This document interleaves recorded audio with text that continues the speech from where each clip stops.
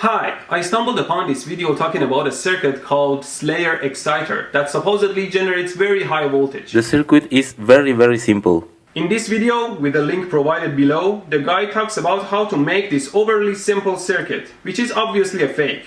If you listen closely, The secondary coil, you will hear that the guy actually has an accent. 75 turn, Of course, you can never trust a guy with an accent. is the primary with Also, the bulbs light up too bright for such a puny circuit. This circuit is all over the web, and people make it sound like it actually works. But a quick analysis of the circuit shows that this circuit relies on a feedback from the secondary winding of the transformer. But the other end of the secondary is not connected anywhere. It's open circuit and can't affect the transistor. But some people so firmly believe in this circuit that I just had to make it to put an end to this. Here is a transformer I made which I wanted to use to make a Tesla coil. I made my simple circuit connected here and I will turn it on with my power supply. Here I turn on the supply. See? No sparks. There is not even a high voltage here that I can feel. So it's impossible for this to excite a fluorescent bulb. What the f?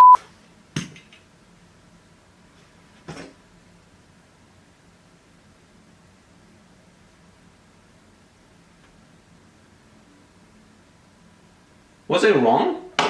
Well, I'm never wrong. Well, you're pretty much always wrong. You pretty much always shut up! Well, I guess I have to apologize to my friend. I'm sorry. To my defense, he did have an accent.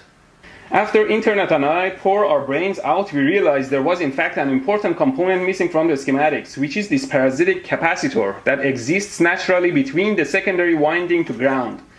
It is an extremely small capacitance, but is enough to close the loop and make the circuit oscillate.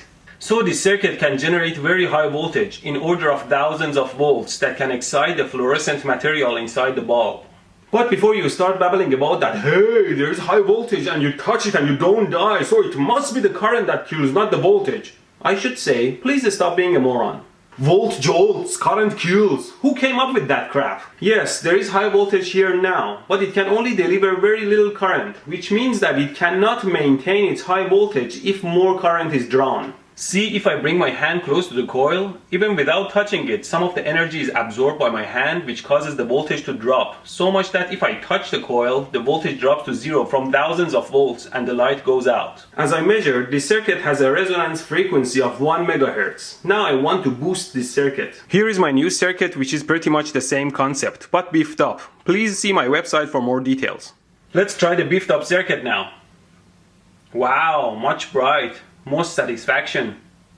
The light is actually getting warm. This is what's called wireless power. The power supply is spending energy to turn on the light. But if I bring my hand between the coil and the light, my hand blocks and absorbs some of the energy and the light goes dim.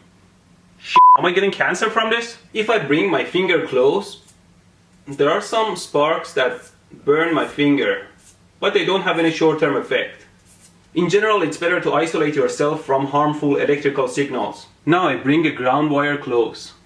See, because of the very high voltage, the charges start flying from the tip of the wire. When I touch the piece of wood with the ground wire, the charges find their way through the wood.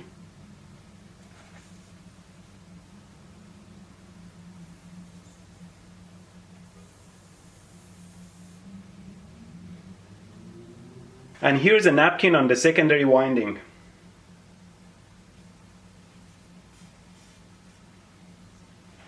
Oh, this circuit can be further beefed up.